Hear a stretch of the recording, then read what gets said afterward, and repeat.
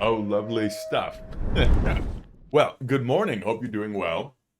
Good morning, as we should say. Biological exuberance. Thanks for following. Uh, but yeah, welcome. Today we'll be talking about houseplants. This is so when I worked at the botanical garden, it would be super busy January through July with schools, and then it would be kind of slow. So then I would go and give classes throughout Austin, and there was a local like retirement community that was pretty bougie actually, and they were like, "Hey, we'd love to have you. Good morning, everyone. Raymond and Sazad Ali, Saz Ali, Sazad Ali. I got it. Good morning." So they were like, "Hey, you want to come give a presentation? Our community loves plants and they'd love to hear about anything plant related." And so it's like, they all have apartments. They probably have house plants. So how about I put together a little, you know, 45-minute presentation for the senior center on house plants and the ones I recommend for them at the end. And so this version is a slightly expanded version of that. Feel free to ask questions throughout. I will probably proceed onward and we'll have, but if there's a question that's relevant to the thing at hand, then we'll talk about it. And if not, then we have time for questions at the end. So Rose and PC Markey and lots of lovely folks here. I appreciate you all. Now, yeah, now you're the target audience. As houseplants are for everyone, and you obviously know that. I woke up and my eyes were all puffy, and my nose was burning, and my mustache was twisted in the wrong way. So I'm still eating my oatmeal, but I'm excited to talk about houseplants with you all. And let us begin. Everyone with a house, you could have houseplants. Anyone can really have houseplants. I'm gonna eat, but so this presentation is called Inside Plants. A look at houseplants. That's a joke on the idea of like looking at the inside of plants, diving into them. My name is Matthew Gaston. I'm a botanist and an educator, and I do consulting and education here uh, throughout Austin, Texas, and beyond. I'm originally from San Antonio, Texas, where I grew up. And then in third grade, I went to a San Antonio Botanical Garden summer camp and got super into plants. And here's a photo of me. My parents got me this greenhouse as a kid. And so I was growing little sago palm and agave and Mexican heather and stuff. That's when my love of plants began. And then as I traveled different places, I would want to learn all the plants. I saw the first big leaf of my life, which was just a fig, Ficus carica. Yeah, the giant fig leaf, and that was stunning to me. So this was in Georgia, so I pressed it flat and put it in newspaper on my as a carry-on, and I carried it on my lap in the plane. This one leaf. Then I went to San Francisco and UC Berkeley to study plant biology and genetics. And I was an intern at the San Francisco Botanical Garden. And one of the things we had to do was dig up these roots called manroot. This is a native plant to California in the Cucurbitaceae, or the cucumber family, melon family. But it's called manroot because it looks like a little person. So, Captain Lewis, I have a second photo of this one that looked phallic. It looked exactly like a penis, but this one looks like a man, so I use this one for my presentations. It has the little arms and little head, looks like a Pikmin. Uh, but it is a vine, and we'd have to dig them up because the blue jays are really smart, and they plant these underneath the trees, and then after 20 years, this would get real big and mess up the tree. Then I went on to be, I was afraid of public speaking actually, so I forced myself into education where I would do student teaching, and I taught like K through 12 biology and ecology in Oakland and San Francisco area. Oh, and then I went to Hawaii, and there are more big leaves, and it was amazing. And studied plants there, and got a degree in tropical plant soil science.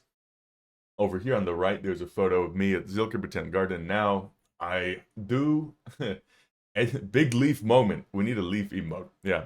Now I do education beyond just the bounds of the garden here in Austin. And so this presentation here is one of the many exciting things that I do. So thank you all for being here. I'm so excited to share everything with you. And so I love my little pirate costume. Maybe in January it'll be pirate themed.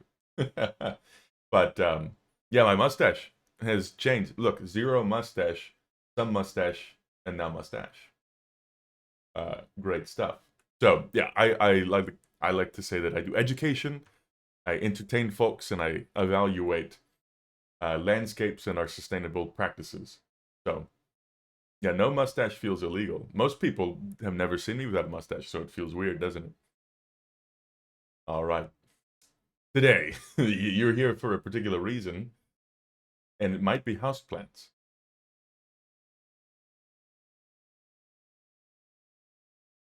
Oh, you thought that this presentation was about a video game with plants. Well, this is a presentation about actual plants. Hats do play an important origin story. Oh, look, there's a secret message if you can see it. So today we'll be talking about three main things. Why should we have houseplants? How to care for houseplants, and then my top 10 houseplants to recommend. I know there's some people that are here today that are particularly interested in the top 10 recommendations. My mom is also here, so we'll keep it clean and kosher for, you know, family friendly in the chat. Okay, so you always have to define the objective. So by the end of this, you should be able to describe the origins of houseplants. You should be able to identify the needs of plants and then describe the steps to determine houseplant health issues.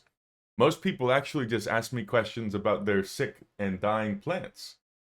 And so I've included that section in here. There will be a quiz at the end, Salty Boy, and it will be specifically for you. I'll FaceTime you. Okay. What is a houseplant? You probably know that. But it is a plant that tolerates and thrives the conditions of being inside. So it's a plant that you can put in your house and it will grow and, not perish. So why should we have houseplants? And what's the deal with them? Well, it began 12,000 years ago when folks started to move into permanent cities from like hunter-gatherer communities. This was the beginning of plant domestication. So you probably know of we have modern day corn was from a plant called tausinte, which indigenous Mexican, Aztec, and Mayan folks bred and domesticated. And so in this image here, you can see that there's animals have been domesticated and there's grasses and grains that have been domesticated. It's a breeding of plants to make them more suitable for permanent settlements. And then about 4,000 years ago, folks started exploring. Oof, get that away. Folks started exploring to go collect plants. So this was even like in Egyptian times. They'd send out folks to go and collect different plants and grow them. Like, wow, look at this thing we found from over there. Isn't that crazy? One of the notable examples is Queen Hatshepsut, who was known for having collected frankincense and started growing it in pots. There's probably many people who've done this, but this is a good example of,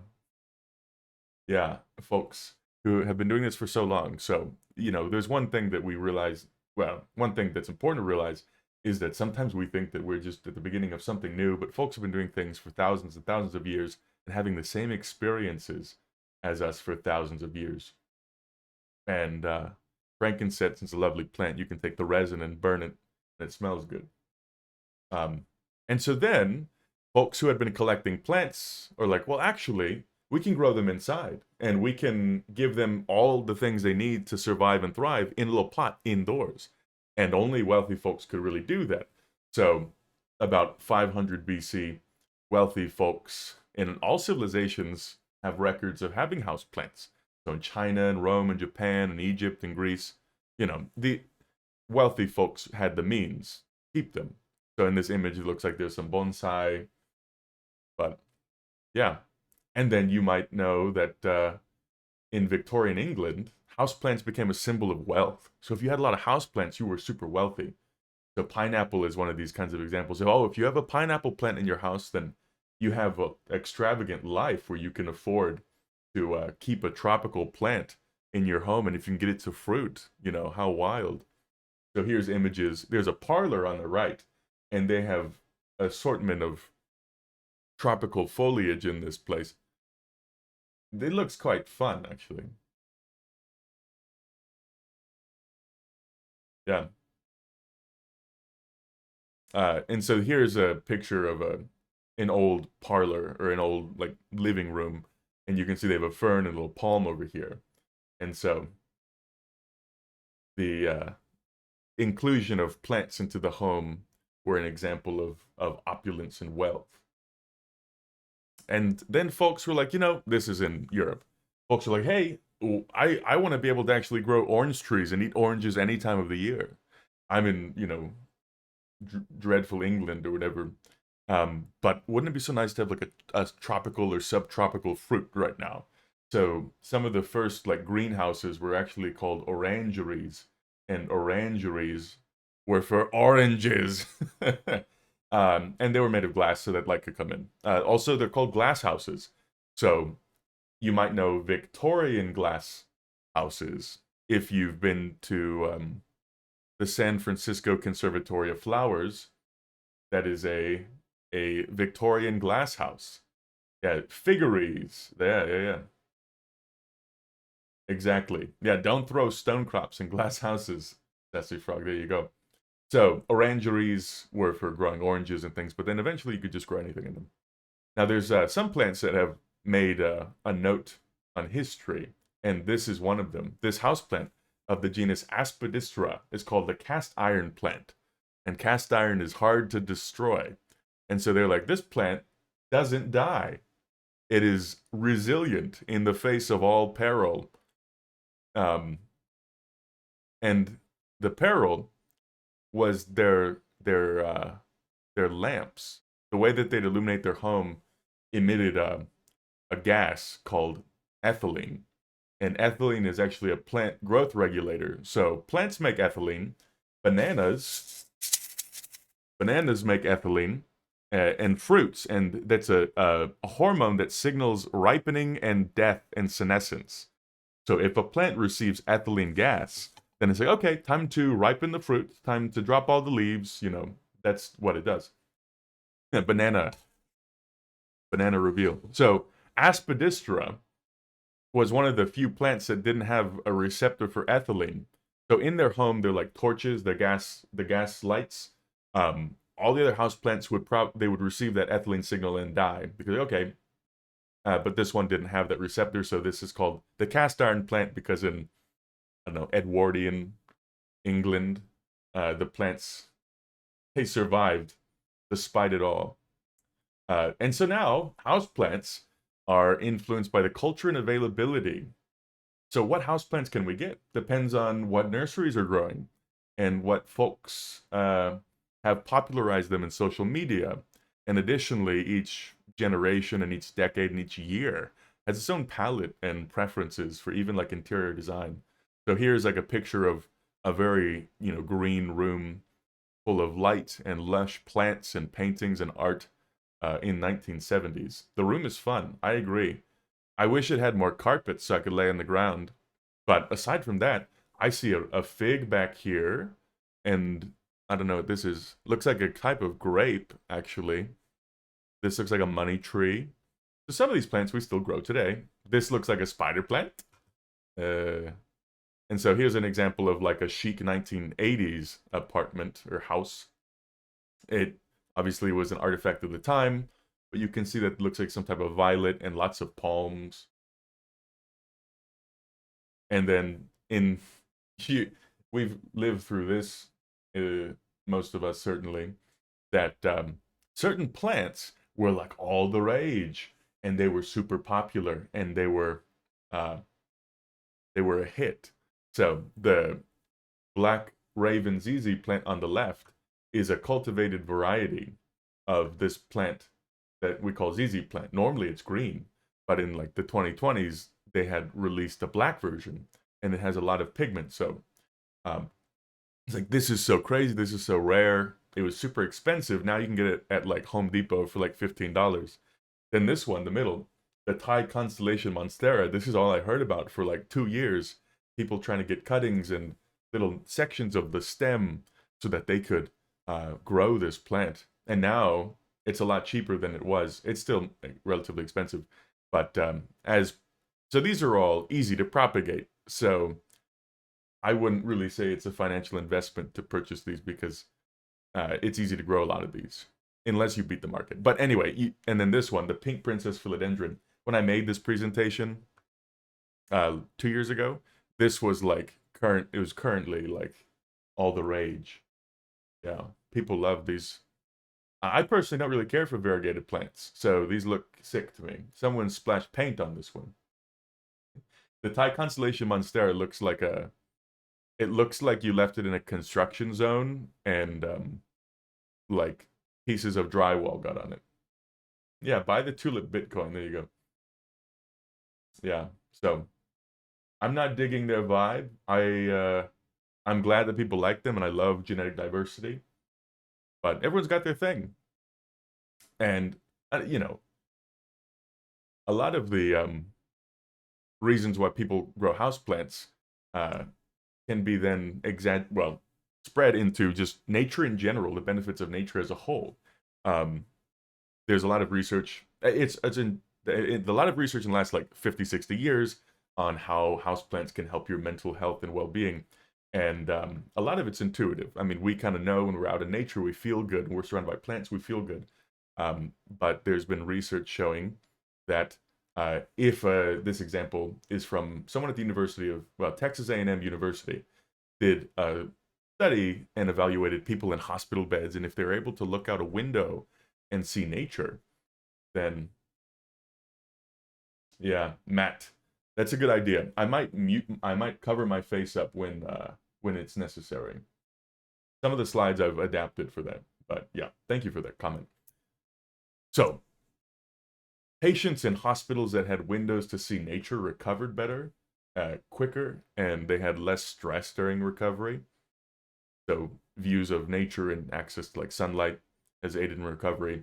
Houseplants also improve your sense of well-being as a whole. There's a whole field of environmental psychology and psychophysiology, which focuses on one's psychological and physiological states, particularly in nature, and how being surrounded by plants and being in nature adds to overall positive effects on your entity. I love this, man. When I was in college, I would get like dollar store picture frames, and I would put them around the apartment, and my roommates would have to deal with whatever was in the frames. And I had pictures of this fellow around because I thought he was a lovely chap. His name is Dr. B.C. Wolverton, and he's a civilian military scientist. And he worked with NASA for several generations. One of the things that he did was a study on how plants can remove different volatile organic compounds from the air. So, like when you have paint and it smells kind of like, oh, that's paint smell. Well, those smells are potentially toxic and dangerous chemicals called volatile organic compounds. So, like acetones and aldehydes, and if you have like household cleaners, sometimes there's like a smell that emits that's kind of like a chemical smell. They're not very good for you, and they're probably linked to carcinogenic, cancer and stuff. NASA was like, hey, we got people living in little confined spaces in space, and we want to have lunar houses. We need to figure out how we can purify the air. Maybe we include plants. We know plants are good for your mental health and well-being. How maybe plants can help purify the air. And so B.C. Wolverton did a study in like the 80s and has been doing subsequent studies since where he evaluated different houseplants and what particular organic compounds they remove from the air. And so his research led to the kind of overall statement that house plants purify air, which is true, but people might perceive it the wrong way. And so the rule of thumb is that you need one plant per 100 square feet. So basically, if you just think every 10 feet, you have a big plant like one of the ones behind him, then it can remove some things. So in buildings and in confined indoor spaces, there's a thing called sick building syndrome, which is where, due to poor airflow, and or like chemical leaching of materials, you might have a negative effect from just being inside with all the different dust and particulates and potentially toxic chemicals. And so plants are a good way to get around. Plants are a good way to get around the sick building syndrome. And plants are obviously not the single thing you should do. You should increase airflow and ventilation. Having houseplants can help with humidity as well. So sometimes buildings are really dry and it burns your eyes and your skin feels real, dry. And you got to water the plants, and the plants transpire. So they push air from their roots through their leaves and back into the air again. Now, some plants do it better than others. And then recent research by Dr. Wolverton, which is a great name, Dr. B.C. Wolverton, found that it's also a big part of it are the microorganisms living in the roots, in connection with the roots. So the microorganisms living alongside the roots are important for removing those the dangerous chemicals as well. At the end of the day, really, the plants might not be that significant if you're not living in a confined space with minimal circulation, but you'll get other effects that are positive. So, yeah, Salty Boy, what can't plants do? When in doubt, just put plants everywhere. That's my thought. Spider plants help with mold spores. So his NASA research identifies very popular house plants at the time and what particular volatile organic compounds they removed in significant amounts. Also, houseplants are just darn fun. It can be a fun hobby to grow houseplants. I personally love to watch them grow. It's really exciting to see the new leaves unfurl. I love the way fern leaves grow. I love the way that flowers bloom. I love to see plants get big and lush and green. Some people like to propagate them. Some people love to create whole chambers where they can just grow hundreds of the same plant and give them to friends. That's super fun. I like that a lot too. And then some people just love to collect things. I have a friend that's obsessed with collecting, and then he loves collecting like Star Wars stuff. And then he got into cacti, and then he collect cactus stuff. And so he wanted to collect every type of little cactus. And so yeah, terrariums are great too, Remy. Love to see them getting big and strong over the years. Same. Some people like to eat them. Yeah, some people want to eat them too. Generally houseplants are inedible, but we call those vegetables. How to care for houseplants. Okay, well, what's it like inside? Well, inside your house. It can be kind of dreadful for a plant, honestly. I'm going to hide my face. There we go. Oh, the frame is still there. There we go. So, a houseplant needs to tolerate relatively low light. It has to have be able to live in a limited root zone. So it has to be able to survive and thrive in a little pot. The temperatures are around 75 degrees Fahrenheit. For some plants, that is perfect. I'm in the void now. They generally, indoors, the humidity tends to be around 50% unless you have some extreme conditions. So they need to have a relative humidity around that. And they need to be resilient. This is my list of what a houseplant should be. So when it comes to my top 10 recommended houseplants, they'll kind of fit all these categories. They have to be resilient if you overwater them or underwater them. They have to be forgiving if you go on vacation and you don't water them, for a week or something. So that's my my rules. So if you look at houseplants, they tend to be from particular regions, like the tropics. So there's a thing called the Köppen-Geiger climate classification. And so we can look at the world, and everything here in blue is considered tropical in this climate classification system. And a lot of houseplants are from tropical regions. Almost exclusively.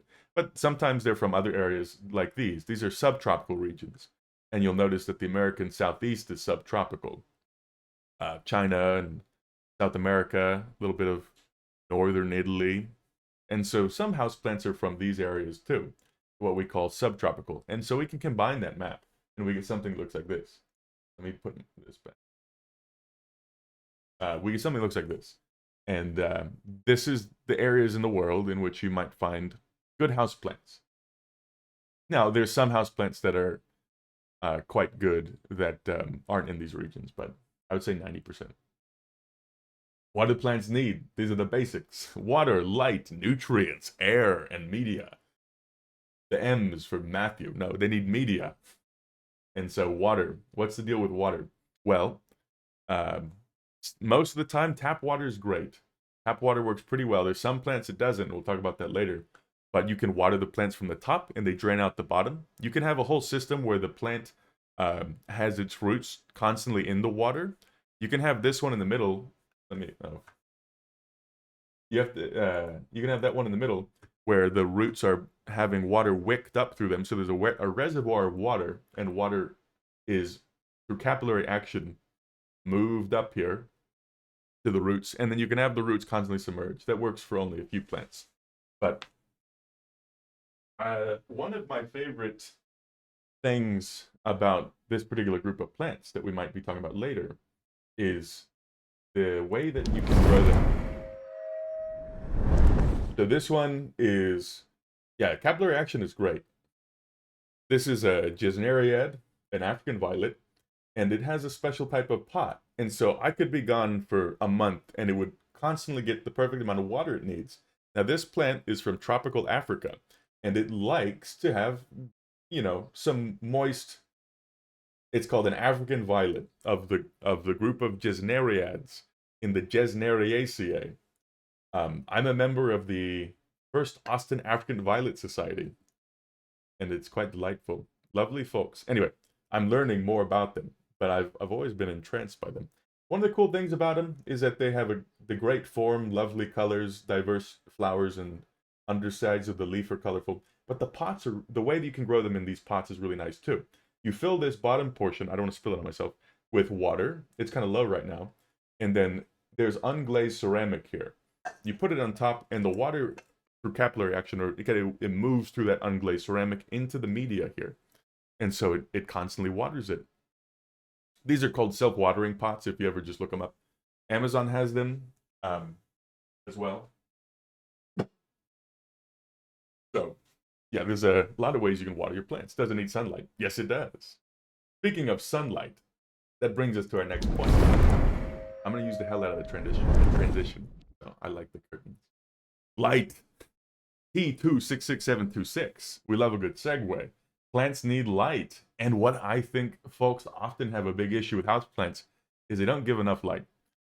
Plants actually they need more light than not, and they use particular frequencies of light or wavelengths. So light, different colors of light have different wavelengths. So 400 nanometers is like blue, and 700 is like red. And then as you go beyond 750, that's infrared. And then if you go below 400, that's ultraviolet.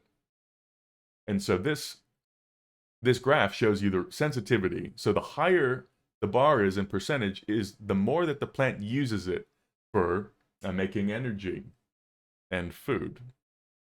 You can see that here in the middle, it doesn't really use a lot of it. So the plant needs a lot of blue and red light, and it uses blue and red light. It uses blue and red light for a lot of its growth and development. And so it triggers things. It triggers the development of flowers and things. PC Markey.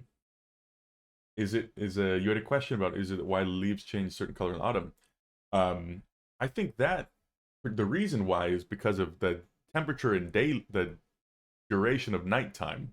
So plants can perceive the amount of blue light and red light with little molecular sensors that are kind of like antennas that shift shapes depending on how much of blue and red light they're getting.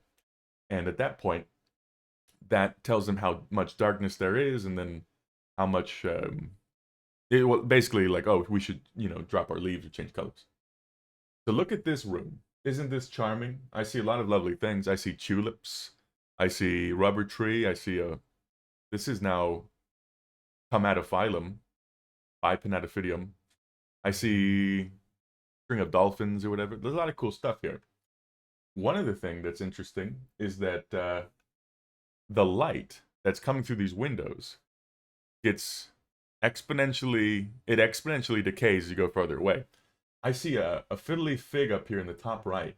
This plant loves bright light, and it would thrive by the window. In this particular photo, it seems to indicate it doesn't get a lot of light, but it's still pretty big. So I'm guessing it has adapted to this low light condition. Yeah, drawn to the room, relaxing. Yeah, you're probably getting a lot of positive feelings towards this room. I am. I like it. I don't like the white walls. I would want it to be wood, but that's good too. Look at this crown molding. This should be, I would love it to be like natural wood, like matching the floors or something. It could be recently bought. So this is how light works. This is called the inverse square law. So imagine the light is coming from the window. It is exponentially decaying. So the height on this bar is how much light there is. And R is a unit of distance. So after 2 units of distance, it's only 1/4 the amount of light. And then after 3 units, it's 1/9. So it's exponentially decaying. We love the inverse square law. The inverse square law is the best. Here's a better illustration. So this is the source of light. And let's just say that R is like a leaf. So, and now R is a distance, and this is like a leaf. So at this distance R, there's 9 beams of light hitting this leaf. But then you go 2 distances R, and there's only 3. And you go 3, and there's only 1. So it's a non-linear function. It's exponentially decaying. Inverse square law. That's going to be on the quiz, Salty Boy. So, okay. A lot of folks. Ooh, thanks for subscribing. PC Marky. Now, in general, inside the house, the more light you can give a plant, the better. This is something that I think folks tend to undervalue. There's certain plants that are considered low light because they evolved, in the last 50 million years, where certain tropical understory plants you needed to adapt to low light conditions. And cast iron plant, or Aspidistra, is one of these plants that people might think, oh, well, the more light you get, the better. Well, this plant will get sunburned and burn up. It does great under the shade of a tree outside or in your house, but it'll have photo bleaching. Its molecular, like cellular structure, can't allow for greater than a certain amount of light incoming. It basically burns up. And the other side is the fiddly fig. These are popular house plants, but they're from tropical Africa, where they get like 60 feet tall. And it's a big, giant, tropical, lush tree. I saw one in Hawaii, huge. The leaves were huge, the tree was huge. Everything about it was massive, and the leaves were all close to each other. And it looked robust and thick and dense, and it's like, this just looks like a big tree with big leaves. And it dropped figs. But when you grow them inside, in low light, they might drop all their leaves, because they don't actually survive well in low light. So this particular plant, if you have it, you got to grow it in bright light. People will say minimum light is indirect light, which is like, okay, light bouncing off of a wall or something. But if you have a fiddly fig, you'll notice there's a distance between the leaves. The distance between those leaves is directly impacted by the amount of light it's getting. So if your plant is grown in full bright light, and it's adapted to it. So if you had one in the in the corner of your room, and you move it outside right now, it'll get sunburned. It's like taking a very pale child and putting them in the tropical regions for a day, then they would peel. But that have to adapt to it. The plants can build up resilience to higher amounts of light as well. What was I saying? Oh, so the distance between the the leaves. Sometimes you see a fiddle leaf fig, and the plant has like leaves that are like like 6 inches apart. It makes one leaf and then one leaf. If you had more light, the leaves would be really close to each other. So let's see. PC Markey. I feel like this is a question. Okay, it's a good question. Any question's a good question. But I'm not sure the answer is no. You live in darkest. Do high power SAD? Yes. So PC Markey, you asked about lamps. SAD. I don't know what that stands for. Is that a sodium lamp? But there are plants. Yeah, so plants use light, not just the sun, but they use light. So I have grow lights, and grow lights are great. Yeah, I'll show you one at the end. Brazil. Seasonal affective disorder. Yeah, lights are great. Okay, another thing is, folks need to recognize that plants need air. Plants need air. Oh, thanks for subscribing, PC Markey. And Panda Pats, thank you. So, plants need air. One thing, oof, we got those cats. People always forget, the roots need oxygen. The whole plant needs both carbon, well, okay, the leaves need oxygen too, but mostly they take in carbon dioxide for photosynthesis, and the roots are respiring. They have mitochondria that undergo cellular respiration, and you need oxygen for that. Now the leaves do that too, but it happens a lot in the roots. And so if you were to flood this plant and drown it, then it wouldn't get oxygen and it would perish. Now some plants are adapted to that. In general, they're not able to do that. Oh, nutrients. Rafas Miranda, thanks for subscribing. Nutrients. Plants need nutrients. Now this is a good one. Macro and micronutrients. Plants have two types of categories for nutrients. There's ones they need a ton of, called macronutrients. They need a ton of nitrogen and a ton of phosphorus and a ton of potassium and magnesium and sulfur and calcium. These are the 6 macronutrients. So when you're giving plants fertilizers, it's usually the first 3, nitrogen, phosphorus, or potassium, or NPK. Those are the elements. Potassium has the K as the elemental symbol. Magnesium's Mg, that's my favorite because it's like me. And you can take elemental magnesium and light it on fire, and it can blind you. Additionally, there's micronutrients. And these are the things plants need, but in really small amounts. Yeah, Science Guide, good point. Fish tank water is good to water your plants. Exactly. That's also used in aquaponics. So micronutrients are the nutrients plants need a little bit of, but not a lot. And often your potting media will simply have it, so you don't have to add it. Iron, manganese, zinc, copper, boron, molybdenum. That's a fun one. Molybdenum. Say that one 12 times, slowly, to practice enunciation. Chlorine. So, this is often just in the soil, and you don't have to add it.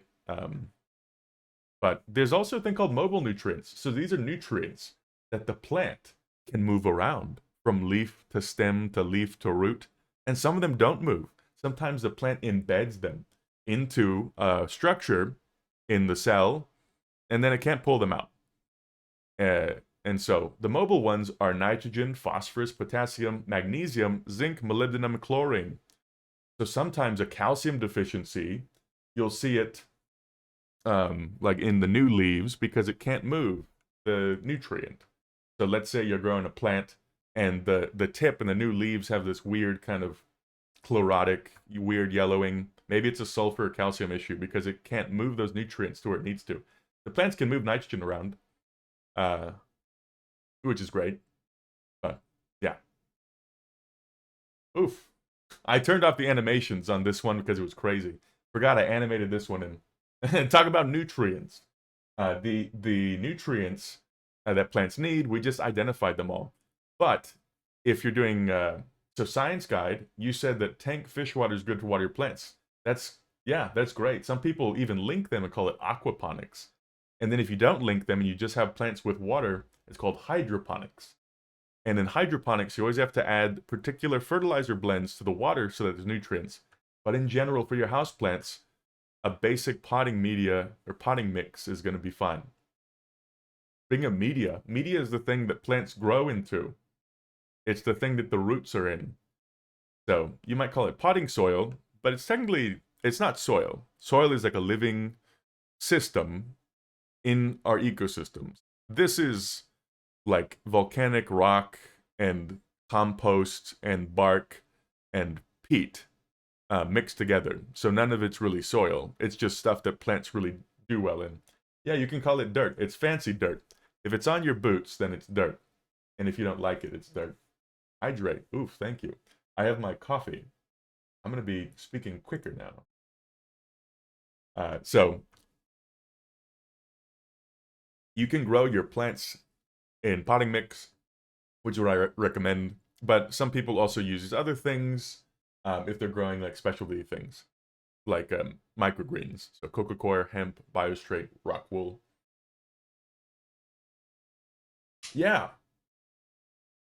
Yep. Science Guide has a great point about how fish tank water includes bacteria that are important for cycling the nitrogen cycle. So ammonium nitrates and nitrites and nitrates. Yeah, nitrogen sounds crazy. Nitrogen is crazy. So yeah, the fertilizer for hydroponic is different from fertilizer for your plants in soil because it's a different type of nitrogen. Oh, people always ask, and they say, "Hey, my plant is dying. What do I do?" Well, if your plant is dying, we got some tricks. Maybe your plant looks like this, and it's wilted and yellow, and it's screaming. Maybe it's got yellow leaves called chlorosis. Maybe it's got brown tips. Maybe it's wilting. Maybe it's got holes or spots from bacteria. Resurrected with magic. Isn't everything? The sacred flame will guide him. Maybe it's got holes from bacteria or fungi or insects. Maybe it's dropping its leaves because you shifted its environment and it's panicked. It usually looks worse than this one. Okay. Well, this one is still can be forgiven. I mean, if you watered this plant, it'd come back from the dead. 3 days. Boom. Fireball. Maybe a stunted growth because it doesn't have enough light or nutrients. Well, I'm going to give you...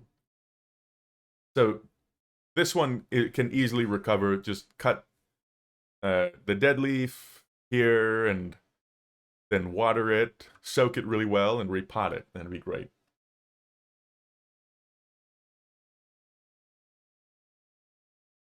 Lynn, you used that Miracle Grow potting media for your purslane. Did really well. Nice. Yeah, it's one. I think it's objectively probably the best one. Okay, so this is the 10-step program for healing a plant that you think is sick or diseased or dying. Okay. Step 1. Assess the watering practices. Maybe you're putting too much water, not enough water. If it's not one of the watering things, so if it's like wilted, then water it. After that, if you don't see it recover, then look for pests. Look under the leaves. Flip the leaf over and see if you see any tiny webs or any little white things or things flying around. Maybe you see little things look like spiders. Those are called spider mites. So look for pests. Look for little things sucking sugars out of the plant. One time I had a big tree in my room and it had scale, which are little brown dots, but I didn't know what scale was. So like this brown dot is covered in white stuff. It's covered in like wet stuff. I should lick it. So I licked it and it was sweet. It was very sugary. So I was like, what's going on? And so I licked it again and I started eating them. And I thought that the plant had just produced little spots where it was exuding sugar, like extra floral nectaries. Turns out I was eating little insects called scale, and the scale, they suck the sugar out of the leaf, so they bite into the phloem, and they suck the sugar out, and then they exude out of their bum what they don't want. You hate aphids, Remy. Yeah, the scientific method strikes again. When in doubt, lick it out. Okay, so check the soil. Is the soil crispy and dry? Does the soil look, have you changed the soil in like 2 years? Um, Maybe repotting it, giving it fresh soil would be good. Check the light. Some plants might need more light. Um, some plants might need less light. So check the plant and evaluate how much light you're getting. Maybe it's actually in a really dark place. And so the plant looks really bad because it's not getting light. Check your temperature. Most houseplants are tropical and they don't really like being below um like it was honestly 45 degrees Fahrenheit. Some of them are cold sensitive. And so like 40 degrees Fahrenheit will be kind of unpleasant. And then sometimes they freeze and they would die. So check the temperature. Maybe they're in an area where it's really cold. Maybe you put them outside and it's getting too hot, you know. Check the humidity. Some plants have a really specific need for humidity. I have a friend in Nevada who is like a forestry professor, and he's really into a variety of houseplants. And he was saying that all the houseplants that he grew in California, he can't grow in his area of Nevada because it's so dry. The humidity is so low, everything desiccates and dries out. So unless he creates a room or he keeps his house humid enough, naturally it's not going to work. Things in the Calthaceae family, they need like 70% relative humidity. So Maranta and Calthea, they're hard to grow for a lot of reasons. One of them is they need humid environments. Examine the root health. So if you've done all these things, you don't see anything wrong, then break up the soil and look at the roots. See, are the roots green and growing? Do you see new root growth? Is it a giant ball of roots? If it's a giant ball of roots, you have to break up the roots, repot it, put it in a bigger pot maybe. Maybe there's pests on the roots. There might be nematodes. Sometimes you can see little insects or little animalias moving in the dirt and the soil. Not great. If none of those, then check for the infection. So look to see if you see a fungal or bacterial infection. If you see little brown discs, it could be a fungal infection. So there's a variety of fungal and bacterial infections that can affect different plants. So if you know the plant, you can just look up, what are the bacterial infections for my peace lily or whatever. Usually what happens is once you check the soil at step 3, you just repot it, and then it does better. But when you check the soil, you have to make sure that the water is penetrating into the soil, because a lot of our media has peat moss in it, and peat moss is really hydrophobic, which means it doesn't absorb water easily. But once it absorbs the water, it doesn't let go easily. So then you have to saturate it. So typically, your issue is resolved by step 3. If not, and if you're at 9, maybe you're over fertilizing. So maybe you're giving it a chemical burn by giving it too much fertilizer. Yeah, pesky non-polar molecules, Remy. You're scared to repot. Easy. Well, it's does the media make a huge difference? In general, when people have sent me their photos of their plants, often they don't have enough light, and when they water it, they're not actually watering it thoroughly. And so the water is only running out of the sides of the pots, and it's not getting into the soil. So typically it's light, or the water's not penetrating the soil, or they've had the plant in, like they bought the plant from like Home Depot and they use a really cheap soil or media. And like maybe it'll just be like coconut husk and that has no nutrients in it. So say, hey, just repot it, and then it does a lot better. Last one is consider seasonal growth. So recently folks have been asking like, oh, my Venus flytraps, they look like they're all dying. They go through a dormancy period in the winter. So some plants will have seasonal growth where everything will kind of die out, and then it'll regrow from like an underground structure. If the soil gets moldy, so yeah, if the soil gets moldy, then you could repot it. I wouldn't throw it out unless, yeah, it depends. I would personally repot it and resolve the mold. Okay, here we go. This is the fun. I mean, it's all fun, but this one is where we get to do our top 10 houseplants. Honorable mention. Science Guide was giving me a hard time about this one the other day. So this is my list. This is the beginning of the list. If someone says, "Hey, what plant should I get? I just moved into an apartment." This is my list for them. This is not Matthew's favorite houseplants. This is, as a whole, plants that I think are the best for indoor. If someone was an interior designer and they said, "Hey, Matthew, please give me a list I can use for my clients," this is that list. I love orchids. They're not for everyone. I have so many people who's like, "Hey, I bought an orchid and then it died immediately," or "I bought an orchid and then it didn't flower." I was like, "Okay, well, they're hard plants. They're not super easy compared to what the other possible house plants. You might know these genera, the genus of Phalaenopsis, Cattleya, Dendrobium. They need bark mulch. Cinnamon boy, how's it going? So a lot of the orchids we grow. So orchids are in the Orchidaceae family, which is like the second biggest family of plants. There's thousands of species, but the ones we grow as houseplants are the ones that are tropical and tend to grow on trees in the shade because they do really well. Phalaenopsis is a crazy word. Um, the way it's spelt is challenging. So yeah, this one is one of my favorite genera of orchids. Now, I love the foliage so much, and I love the way it looks, that I don't even need the flowers to enjoy it. This one is a zygopedilum. But orchids, a lot of folks will get orchids at the supermarket, and it has lovely flowers, and then it stops flowering, and then they want it to flower again. Well, if you get an orchid, I think you should enjoy its leaves as well. So I honestly don't really like the leaves of Phalaenopsis, so I've only have one of them. But now they're growing on me. Yeah. Here's this one. This is the same plant. The flowers, they're fascinating. They have really dark pigments, and they smell great. Yeah, bunny gunfire. I love a good bulbous orchid. I love one that produces a nice thick pseudo bulb. This is a swollen stem tissue. Outside orchids are greater than the inside ones. Yeah, I mean, so if you grow them right, it's just these are tropical orchids um, that that need that need certain things. So they're lovely plants. They're a little bit more challenging.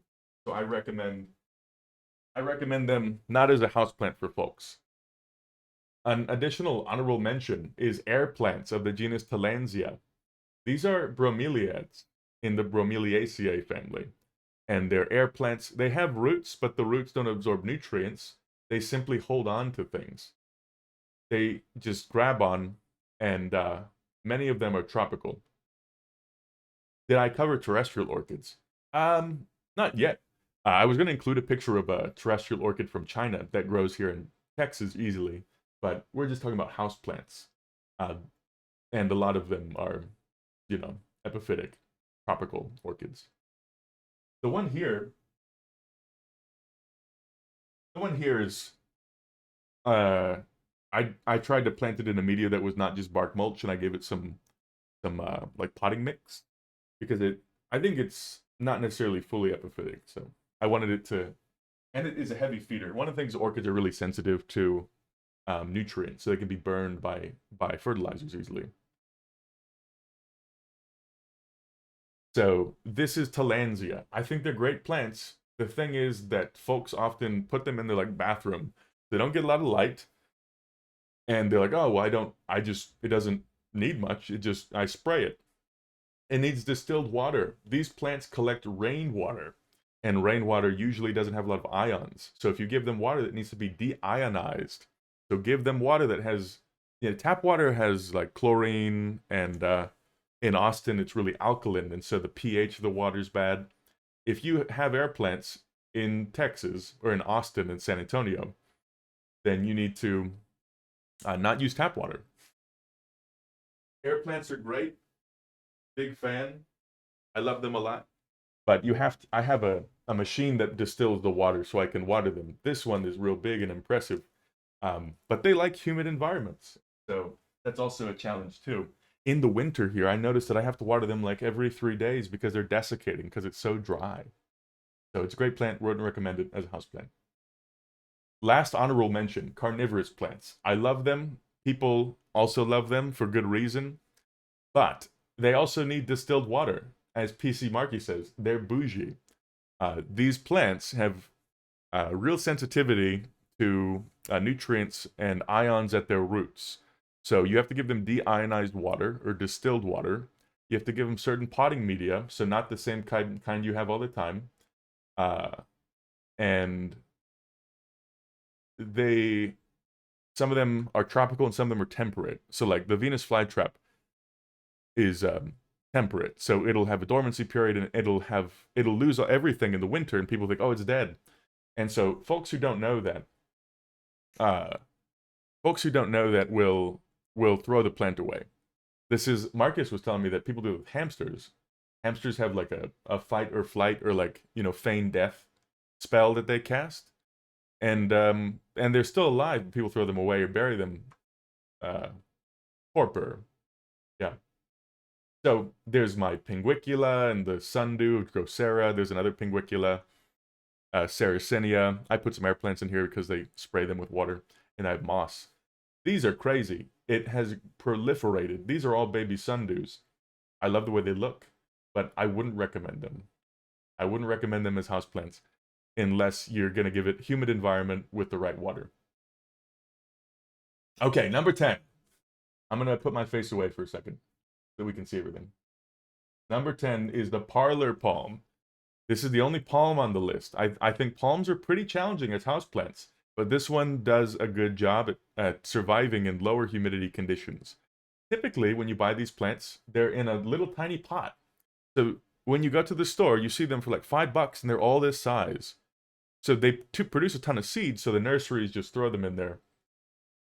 Yeah, bunny gunfire, you have to give them the right distilled water. So this is Chaemeodora. There's a couple different species that work really well as houseplants, but I think elegans is the best one. It's native to southern Mexico and Guatemala, like Chiapas.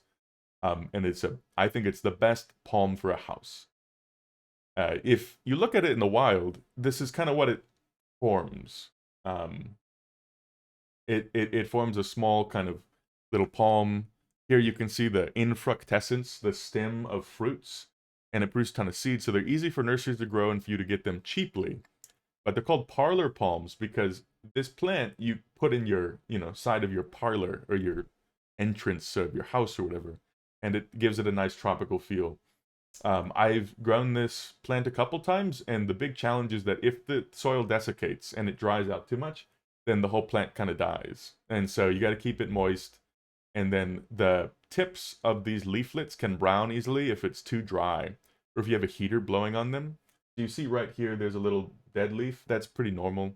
People just cut those out.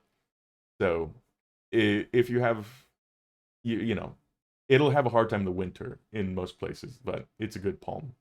Number 9. This one is tried and true. It's at every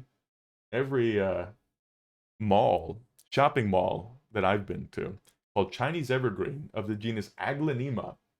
This is in the arum family. And so the arums are tropical understory plants. A lot of these you're going to see are understory tropical plants that have adapted to low light conditions, and like minimal house, a minimal root zone. So in the understory of a rainforest, there might not be a lot of soil. They're competing with other things for soil, and so they have survived in those conditions and evolved. They do like a humid environment. The good thing about Aglaonema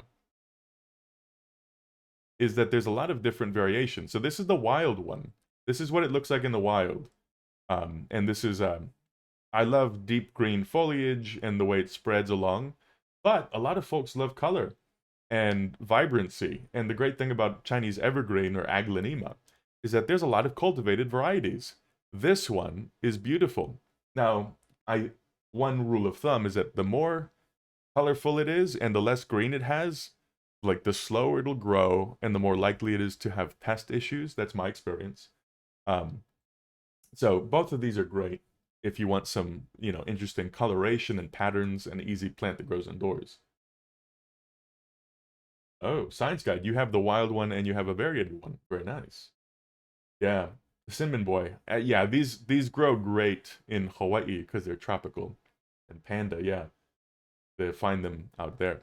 So there's a few tall ones, and my mom is probably here, and she is looking for a tall plant to put in a corner of the house. This is one of those tall plants. Now, this is the genus Ficus, and the Ficus genus has a bunch of species, but this is the one that I think is the best indoor ficus plant. Better than fiddly fig, better than all the other ones. This is the weeping fig, or Ficus benjamina. It's from Southeast Asia, and it is the one that people typically, when in the 1990s, when people said, "Oh, we have a ficus," this is what they're talking about. It does need bright light though, and it is really sensitive to changes in the condition. So if you went to Home Depot and you bought this one, and it was in real bright light, and you put it in your house, and like the temperature's a little different, and the light was different, it'll drop a bunch of leaves because they're really sensitive to changes in these conditions. Sassy Frog, you have two variegated ones next to your window. That's great. I think this is a beautiful plant. It has a number of variations and variegations. Yours might look like this, Sassy Frog. This is one that I think is really pretty. I love the margins of the leaf. So the edge of the leaf is kind of white, and you get different coloration throughout. Really beautiful. I love the way that it ends up weeping. So when it gets real tall, it weeps. One of my friends, they have this in their house, and they've had it for like 20 years under a skylight, and it's like a 12-foot tree in their house, and there's a couch underneath, and it's beautiful and scenic and fantastic. And the great thing about this plant is that a lot of the figs, or plants in the genus Ficus, have evolved to have minimal root zones. You can get a pretty big plant in a small pot. But in general, the bigger the pot you get, the bigger the plant can get, because it has more room to grow below and above. So this is what it looks like in the wild. This is at the University of Hawaii. This is the Ficus benjamina in the wild. You can see how big it gets, and it sends these branches out that kind of weep down. It was crazy when I saw this, because like, hey, that's a houseplant. You know this one, Panda? There's Ulu on the right. Okay, they tried to cut it down 2 years ago. So that's a shame. They have been diseases on these though, I think. Number 7. Number 7 is Strelitzia, the bird of paradise. Now, someone like a week ago in one of my other streams was like, birds of paradise, everyone wants them as houseplants, they're horrible houseplants. I was like, what? I think that they're pretty good houseplants. So a lot of folks, like, they want a lush tropical look in their house. This is one of them. This is one of those tropical looking plants that does well inside. So the weeping fig, the parlor palm, and the bird of paradise give you that kind of tropical look, and they do well. There's 2 species in this genus Strelitzia that are pretty good for it. It's native to South Africa, so it's not really tropical, actually. It's more like subtropical Mediterranean. The leaves look kind of like banana leaves. So these are the 2 species that do really well. I've grown the Strelitzia nicolai indoors, and it stays small. Outside in the right conditions, it gets really big. And then this is Regina. Tends to be a clump forming plant. Yeah, so this is great for San Diego, FM. Yeah, you probably have this all over San Diego, because it's the same climate from its native region. But this is actually a pretty good indoor plant. So they'll probably be expensive, but they give you good height. They give you a tropical look, and if you can give them a lot of light, then they will be quite rewarding you with nice flowers and things. Or not flowers, nice leaves. You probably won't get the flower indoors, but yeah, beautiful kind of tropical look. The leaves are distichous, which means one leaf will go up, and then the next leaf will appear 180 degrees the other side. So it'll become planar. So if you have like a wall, it's good to put flat against a wall, because you can make the plant flat against that wall. Now, if you have a corner, I would say go with the Ficus benjamina, because the plant has a 3-dimensional shape, and this one is more 2-dimensional. So against a wall, and you want a tropical look, go with your bird of paradise. If it's a corner, you want a tropical look, go with Ficus benjamina. Number 6. These are my beloved Gesneriads. People call them old lady plants. That's not incorrect. It's Generally, people who like these tend to be old women, but they're great.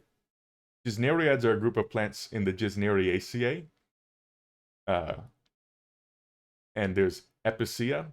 So one of the things that's distinct about them is that they propagate easily. They propagate easily through leaf cuttings. They produce vibrant flowers.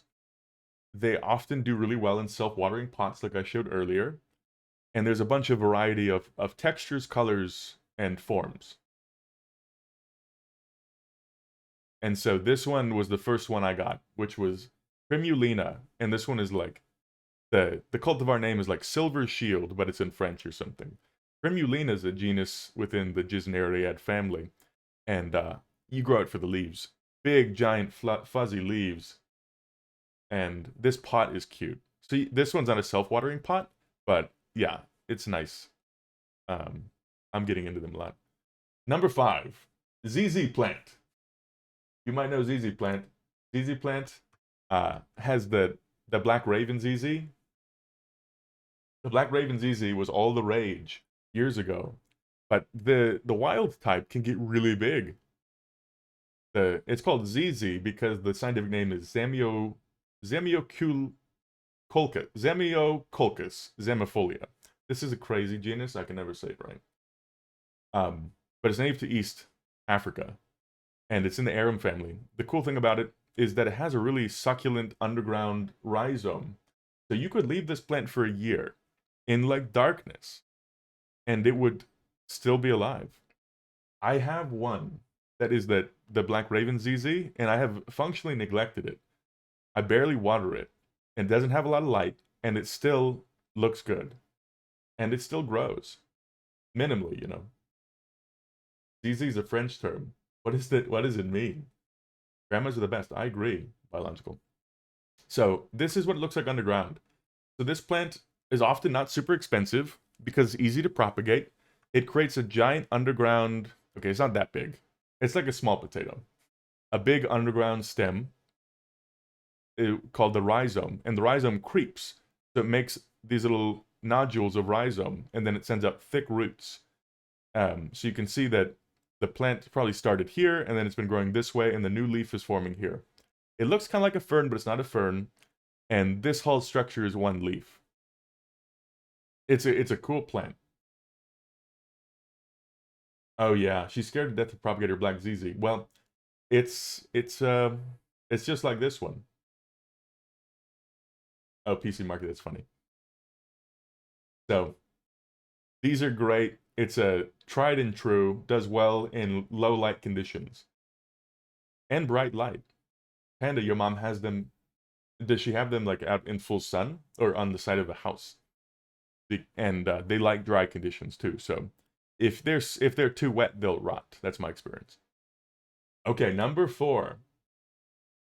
Number 4 is the spider plant. This plant is popular, and I think it's often underrated though. It does so well as a house plant. Another house plant you could neglect. Now, because its form, so the form of this plant, you put it to give vertical height, right? And in this one, it makes these things called scapes. So this little stem that comes out produces flowers, and after the flowers, it can make little baby plants. This plant does really well in like a hanging basket if you want something to kind of droop down. Or you could put on a little table. It's from tropical Africa. It makes plantlets on a scape, and it has really thick roots, so it can store water. That's another thing, is that you could forget about this plant for a year, and it's great. This is a cultivated variety called Vitatum. Everyone's probably seen this one. Vitatum is the one you've probably seen the most. It has a white midrib, and then the margins are still green. This is a good use of the plant, I think. And you can see there's little babies. If you don't like that, cut that off. Science guide, if you don't like that, snip, snip, snip. Easy. And then you have 17 babies. Put those babies on the soil, and they will make roots, and they will form another plant. And you give them to your friends, and everyone's happy. These are the tuberous roots. The weird thing about them is they start really narrow, and then they get thick. So if you try and pull them up, sometimes it'll break those. But if you do it gently, they'll be fine. So this is where it stores its water nutrients. Can the roots hang out in fish tanks? I've never tried that. And I'm not sure. I think you give it a go, you know. This is what it looks like in the wild. So this is the non-variegated one. It looks like grass, and it's still pretty. Chlorophytum is a nice genus of a lot of plants that look like this. Like fireworks would make it grass. That's funny. I like this a lot. There was a period where I wanted to just be like super into spider plants, but then air plants got me. And there's not a ton of chlorophytums. Chlorophytum cosmosum is the most popular one. There's a few others. Number 3, we're in the top 3.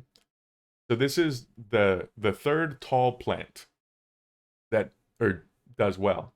So I'm actually identifying a genus. So this genus has 120 species of the genus Dracaena. Dracaena has been merged with Sansevieria. So if you know Sansevieria, the snake plant, this includes it. They have great tolerances to bright light if you have adapted them to that. They can adapt to low light really well. They do well in small containers. Sometimes their root zones are quite minimal. There's a bunch of species too. So this one, Dracaena fragrans, and this is also a cultivated variety. I don't know what it is. But this is what it looked like if you buy it from IKEA.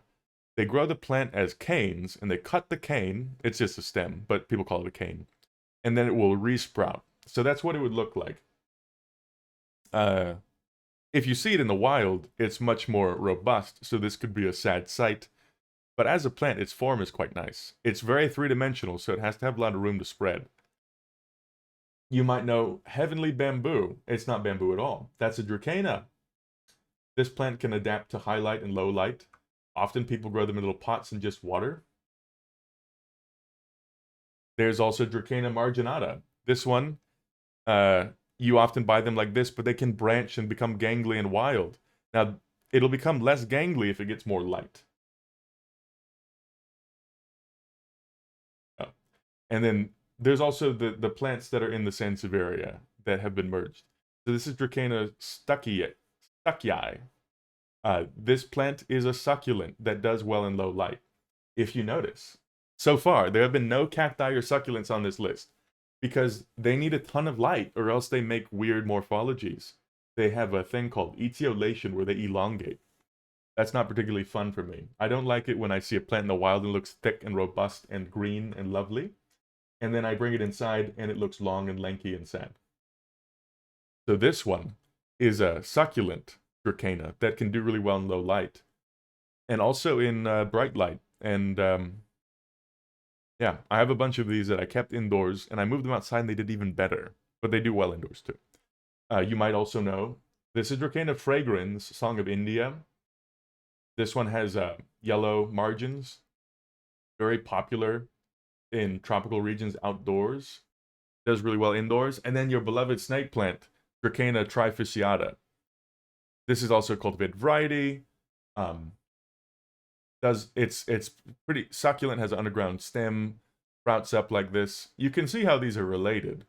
This one just has a long stem that goes up, and this stem is collapsed on itself. The stem on this one is collapsed. So imagine all those leaves are real thick, and the space between the leaves is basically 0. Acaulescent, that's the word. A lot of jargon. Okay. Number 2. We're getting to the top. This is number 2. People be like, that's basic. No, this is a great plant for a reason. Everyone has it for a good reason. This is pothos. Pothos was the old genus. And then they reclassified the genus as Epipremnum. So, pothos is a synonym now. People also call it devil's ivy. If you live in a tropical area, this thing's going to take over. But it's native to one island in French Polynesia, Moorea. And the plant, I think, is one of the hardest to kill houseplants. It is so resilient and robust. So basically the top 5 plants I've listed here are incredible because they have adapted so well to minimal root zone, minimal watering, minimal light. This plant is also weird because it's called a shy flowering plant. It actually lost the gene to make the hormone to flower. So you will never find it flowering unless you spray it with a hormone called gibberellic acid. I have a plant. Ooh, good morning. Thank you, Troy. The hardest to kill. Well, don't water it and put it in the sun, and then it'll get sunburned and die. But it has two morphologies, the juvenile form and the mature form. We always see the juvenile inside, little tiny heart-shaped leaves, but once it attaches to something and it gets enough light and water, it'll grow up. This is what it looks like in Hawaii. Naturalized is the word we use when it has kind of just taken over. This is the mature form. You can see it has giant leaves that become, and the veins can rip like bananas, but gets real big, and then once it gets up, it drops down again, and then it can collect on something else. Yeah, FM. You got to spray it with gibberellic acid, and then it will flower. So it has the ability to flower, but it lost the gene to make itself flower. But the thing is that it's a vine, so you could just cut it, and it will continue to grow and grow and grow and grow. This is what you find at the store. Honestly, an excellent houseplant. Don't let it get outside, though, if you live in a tropical area. Number one. This is the number one plant. Peace lily. This is the recommended houseplant, I would say, for everyone. Bathyphyllum is the genus. And there's a couple different species. It's native to tropical Mexico.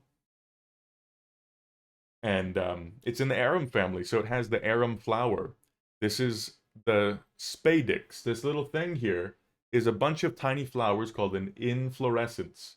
And that thing in the back is called the scape. Not escape. Spathe. The spathe. It's a specialized leaf that's often having a different pigment than the other leaves. So these are flowers, and they'll become little fruits, and then that's the kind of showy leaf. This is one of those plants that old B.C. Wolverton did. He did a study on a bunch of them, but this one had the ability to remove the most different chemicals from the air. So it has deep green leaves. It has fascinating little flowers. It does well in low light. It does well in brighter light. It does well if you forget about it, because then its leaves will droop. You're like, oh, I have to water you. Even if it's fully drooping and you water it, it'll come back. It removes a ton of toxins from the air.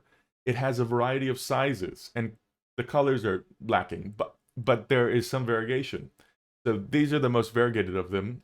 And if you like it, great. For me, they're not for me. They look like they've been left at a construction site where they have a virus. But if you want a big one, there's one, oh, I forgot what it's called, but I think it's a cultivar from Hawaii that is massive. Big leaves, big flowers, gets huge. And then there's also little tiny ones that you can put on your desk, and then everything in between. And so I think it's like Mauna Loa. I think that's the name of the cultivar. I had one of those. If the cinnamon boy, the one I had in Hawaii was that one. So they're toxic, yeah. Things in the arum family are toxic to cats because they have calcium oxalate or some other kind of compound in their leaves. So don't eat them. Yeah, your grocery store sells them. They are an excellent plant. And so that is my number one recommended houseplant for anyone, because you can get any size. It's a good beginner plant because, you can learn how to take care of it. You can learn how to water it because it will droop significantly, and then you water it and it's happy again. It'll teach you how to pay attention to something. And if you give it enough light and water, it'll flower. And you're like, okay, I've done it, But if you put it in low light conditions, it'll do really well too. So then it won't flower, but yeah. All right. Do you agree with my list? This is a corner of our apartment. You can see there's a little peace lily here. This is the small one. You can see there's Dracaena trifasciata, that snake plant. This is that black raven ZZ. You can see I like how dark it is, and it doesn't get a lot of light over here. This is the corner where it doesn't get a lot of light. This lamp doesn't produce that much light. In this photo, it looks like a lot, and then here's that pothos. This is a cutting from a plant my mom had when she was in college. Before I left the house, I took a little snippet with like 2 or 3 leaves, and then I took her pot, and then I started growing it, and now look at it go. So this plant is a cutting from one that's what, 50 years old? 40 years old. And then that's a fake thing. Anyway. Do you agree with my list? If you have other recommendations, perfectly good. Yeah, and this peace lily is 7 years old. We just repotted it. Yeah, Marcus has had this one for a long time, and it's thriving. And it looks so cute. All right. Now, that is the end of this section of the presentation. If you would like, please share topics that you're interested in hearing about for the next one on January 19th. And you can put them in the chat, and then we'll do a poll, and we'll vote. And then after that, we'll have Q&A. My list was A right. 10 out of 10. Great. I'm glad you liked it. Yeah, so the only cactus I'd recommend as a houseplant, Raymond, is probably Schlumbergia, or the Christmas cactus, or Thanksgiving cactus. The tropical cacti are good ones. When does the deadline to submit the quiz? By the end of the day at midnight is the last time. You loved it. Great, Ethan Full. I'm glad you liked it. If there's anything you're interested in learning about, you can put it in the chat now, and then in a couple minutes I'll make a poll and we'll vote. Oh, thanks. So yeah, Raymond, of all the succulents to grow, Dracaena, the Dracaena genus, those are good succulents to grow indoors. And then Schlumbergia is a tropical cactus from Brazil. I did a video on it recently. This already grown a lot of new leaves. It does well in low light. So tropical cacti, those are good ones for indoors. Maybe not Parischia, that's not actually. Schlumbergia, and what's the other one? The I forgot what it's called. Anyway, there's no quiz. We're just teasing. Very enjoyable. Okay. Well, I'm glad you enjoyed it. If you have questions, you can ask questions now too. And if you have any topics you're interested in, great. I'm going to start making a poll with new topic for January. Poison plants and their mechanism. Okay.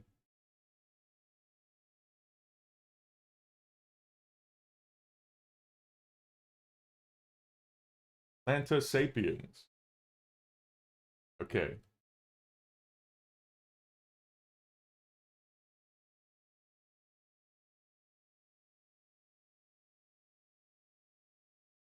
Planta sapiens book review. Poison plants. Poisonous plants is a cool one. Plant intelligence. That's an interesting one.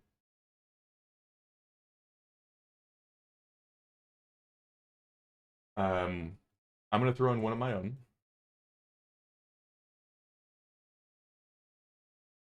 We need one more topic, if anyone has any ideas. Oh, I'm going to do soil. Okay. We have 5. And so you can vote as many times as you want.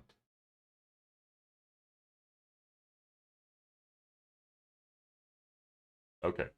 Plants as pets. Plants and pets. Yeah, that would be a good one. The unbearable lightness of being. Oh, that's funny. Okay, the poll will be up here for what, 5 minutes. But now, if you have questions, you can ask, and I'd love to answer them. Actually, I have to use the restroom. Hold on.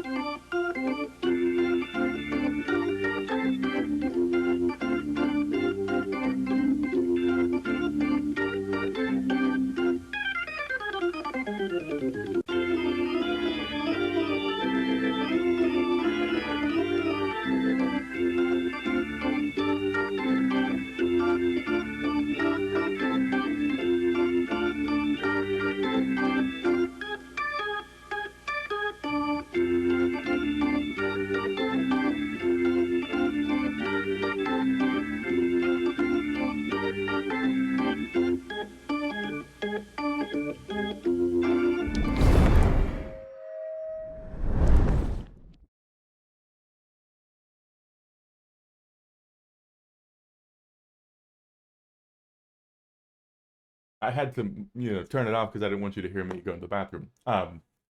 The if you had more votes or more oats, then you can vote more, and you get oats by being here. So the more you're here, the more that you can vote. That's the way it goes. If you have plant questions, you can ask them now. If not, this will all be a VOD, so then you can watch it or screenshot something if you want to refer to it later. If one topic doesn't win, oh yeah, Sassy Frog, definitely. So if it doesn't win today, then we might hear about it at a later date. I love doing this. This is fun for me. And so this will certainly persist. And so what will happen is next time, January 18th at the end, we'll do another thing like this where you can vote on the topic. You give up poison plants? Yeah. Soil it is. Okay. A lot of soil fans. Soil is going to be an interesting one. Do you want me to include potting media as well? I think I'll do that. Could you send a pic on IG and see what's wrong? She's very dear to me. Yeah, PC Marky. Send it to me and I'll take a look. I'll do my best to help you out. The lady from Titanic of plant presentations. I don't know what that means. Look at this. Okay, we have 1 more minute.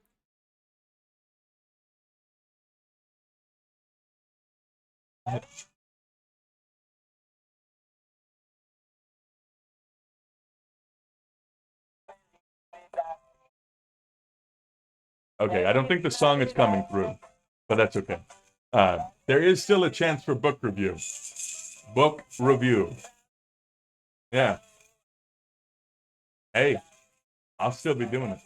It's fun. Planting, propagation, and persisting. Yeah. Looks like plant poison is getting up there. Well, cast your votes. Go off festive cactus. Yeah, he's got a good mustache. You have a plant pest question about aphids. Okay, they're invading my frog bit. Your frog bit in the fish room. You know how to kill them. Interesting. Ah. Well, I've never encountered that type of situation in your fish room. Is that the plant is not in the fish tank, right? If the plant's not in the fish tank, then you could probably spray insecticidal soap. So always begin with the least toxic thing and work your way up. I would start with a simple insecticidal soap. You could. Sassy Frog, thank you. I'm glad you enjoyed it. I love talking about plants, and so this was real fun, obviously. Hopefully, folks enjoyed it as well and got to learn a thing or two. Okay. Cinnamon Boy, soil, good topic. A floating plant on the surface. Oof. Okay. Hand up. Yeah. Insecticidal soap and vinegar. Yeah. Okay, soil 1. Random how plants from the past evolved to current versions and what future evolutions might look like. FM. That sounds like a good one. I have a evolution topic that we did last month, but yeah, future versions would be interesting to talk about. Okay, so dirt. What is it? January 18th will be the next one. Quite exciting. And then on January 18th, we'll vote again. Ladybugs, yay! Microbes, yeah. We love friends in the soil. There's a lot of stuff going on. Okay, well, this has been lovely and delightful. Okay, Dustborn, you're gonna work on a flyer. I appreciate that. So the details, it's gonna be January 18th at 11 a.m. Central Time here. So if you want to make a flyer, Duskborn, I would be honored and delighted. Let's see if I can get Carter Vale to sing Dirt Man. Yeah, we'll make it thematic. I'll cover myself in soil, and I'll just be dirt filthy. You love sandy loam, okay. I love a good clay loam. Soil propaganda, baby. All right. Well, thank you all for being here. This has been lovely. I will be streaming again on Monday and Wednesday and Friday. We'll be talking about plants and playing games if you want to do that. And if not, then maybe I'll see you on January 18th. So I hope you have a lovely rest of your day. It'll be groundbreaking. So Salty Boy, your quiz is due by midnight. Just be aware. Thank you all for hanging out and and talking about plants. Take care and see you. All right. Until next time. I'm Matt, Artie, Panda, Cinnamon Boy, Ethan, Sassy Frog, Science Guide, Salty Boy, PC, Los Jones, Artie, Slobo, Sparsaw. Bye. And my mom. My mom might be here. If you have questions, I'll talk to you later, okay?